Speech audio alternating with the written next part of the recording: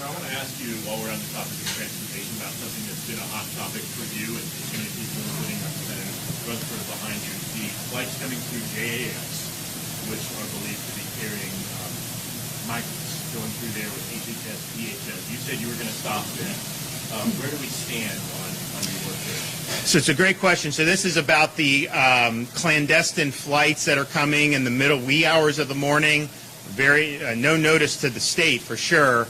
The people at JAA, they don't know necessarily what's happening until it happens there. So I met with Mayor Curry, I met with JAA, and then I have my folks. Fortunately, since this has become an issue, we haven't seen any flights since it's become an issue. Now, we're not convinced that that's going to be the case going forward, and so we're working now on some things that we're going to be able to do to fight back. I mean, look, it's reckless to be bringing people in, releasing, and then have a situation happen where one of these guys that was brought here murdered somebody.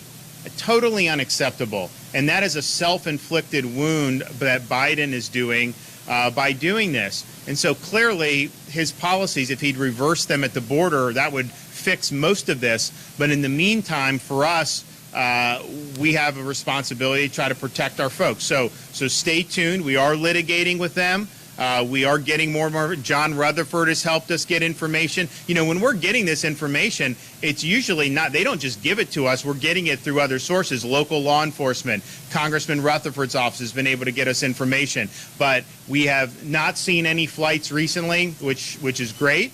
But we think that we don't think that it's over. I mean, we are anticipating at some point for them trying to resume it. Now, there are also some flights, these ICE flights, which are a little different. They will come and then they get bused to a facility and kind of get processed. A lot of times in Georgia, obviously. I mean, I understand that. But I just don't like released into the community. I think that's a huge problem. So we're looking at all of those different things to see what we can do. And then also, quite frankly, looking at, and this, we will probably have an announcement over the next couple of weeks about legislatively what are our proposals to hold people accountable who are participating. Because these contractors are making a lot of money, but yet they're bringing in things that end up causing harms to our communities. And so they're just allowed to do that without having any responsibility for it. So we're absolutely going to be looking at these contractors and seeing what we can do there.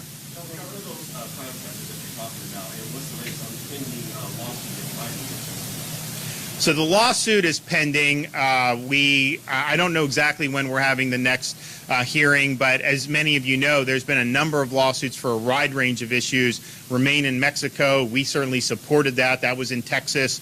And then we have one in Pensacola where we're doing the catch and release. And so I think we have good opportunity for success there, but that's not going to happen overnight. The contractors are a variety of people involved in transportation, charter flight companies, bus companies.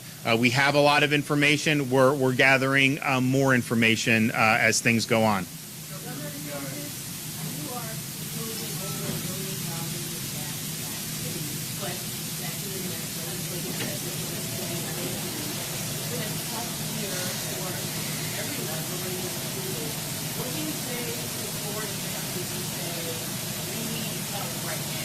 I would tell them to contact their members of Congress and have them press the Biden administration to change course on what they're doing, because they're the ones that are driving this. Last year, gas was $1.30 less than it is right now. We're now in a situation where we were basically energy independent for the first time in my lifetime just a couple years ago. Now they're begging OPEC. They're talking to China about getting more fuel coming in. So that's the root of the problem, the inflationary policies that are driving up the cost of food, driving up the cost of groceries, driving up the cost of gas. So yes, we're going to respond and help folks to the best we can with our state portion of that. But even with doing that, that will provide relief for whatever it would be, and we're happy with that, and we want to do that. But we don't see any end in sight necessarily for this, and that's the big problem. And so I think the policies that have been implemented are not working in this regard, And so I would just say reverse course and let's get back to where we were. I mean, we had a number of years. I don't think it's been, I mean, you'd have to go back probably 7, 8, 9 years to find a time when we had the gas hit this level. So this is not something that people had been accustomed to over the last many years. Governor, on the gas tax, under your proposal, when would the state portion end, and how long would it not be in effect? So we think if you did over $1 billion, we think that probably could be perhaps as much as 6 months. So we're going to work out those details with the legislature. Obviously, they can. We got to give this as a statutory change. It's not something you can do unilaterally. So you're looking at getting it through and then setting the date for implementation. So stay tuned on that. But my view would be, we want it to be, some people said, why don't we just do something for a month or two? Those were I was like, no, we got to do it longer than that. So this will be many months, and it'll be over $1 billion, and so that'll be real meaningful relief for people.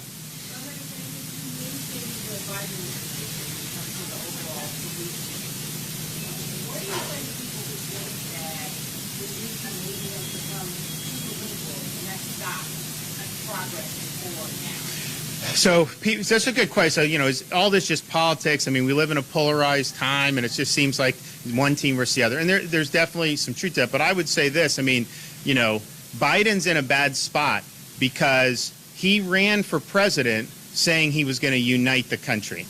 He ran for president saying he was going to shut down COVID. He demagogued Trump about COVID, blamed every COVID infection on Trump, and said as soon as he was president, he was stopping it. And yet you've seen the results have been even worse, even with medications and vaccines on that. So he's failed to shut down the virus, which he promised to do, and he failed to unite the country. His proposals that he's done are more divisive than any policies, Republican or Democrat, in my lifetime that I can think of. And so that's what's driving the dissatisfaction. Part of it is the policies aren't working, and I think we have a responsibility to call them out. Look, if you want truckers fired, if you want nurses fired in Florida, I'm standing up for them, and I'm going to fight back against you. That's just the bottom line. But I think also the dissatisfaction is driven by people appreciate if you run and you say you're going to do stuff and you do it, even if they don't agree with it, they kind of give you credit for doing what you said you do. I mean, I've done what I said I would do. You look back at my inauguration speech, we've knocked out what I said I would do, and we're doing even more. Biden, though, I think, committed a fraud on the public when he said he was going to unite people. He is not. He is being captive by a very militant leftist impulse in his party. This is an impulse that I think the vast majority of Americans reject, but nevertheless, that's what's driving this. And so I think that adds salt in the wounds. Like, yeah, they see their gas prices going up. They see grocery prices going up. They see all these problems. See, of course, the disaster in Afghanistan, the disaster at the southern border. So they see all that, and that's problematic. But then I think it's like, wait a minute. How is it uniting the country by having an open border? How did it unite the country for being humiliated in Afghanistan? How is it uniting the country to try to impose mandates that are going to cause millions of Americans to potentially lose jobs or livelihoods? And that, I think, is why people are so dissatisfied. And so we have just a responsibility to stand up for folks. And we've guarded Floridians' jobs zealously, their freedom zealously, from threats on all comers. But if it happens to be coming out of Washington, that we're going to do that. But people know that if you have a bureaucracy that's out of control and they have their set sight on the jobs and livelihoods of Floridians, people know they have a governor that is going to fight back. They have a governor that's going to stand up for them. They have a governor that is going to do whatever he can to make sure they have the right to work and the businesses can function and kids are able to go to school and all the things that are just so important to having a healthy society. That's what we're fighting for. And to the extent that the Biden administration is getting in the way of that, then we're going to be here to fight back. Absolutely. Okay, everybody. Thanks so much. Appreciate it. All right, folks, thank you so much for joining us here at Golden State Times. If you're new to the channel, we encourage you to subscribe by clicking that middle button. Also, check out our previous video by clicking the video on the right, or a video you might enjoy by clicking the video on the left. Also, don't forget to click the thumbs up button and share this video on social media. Peace.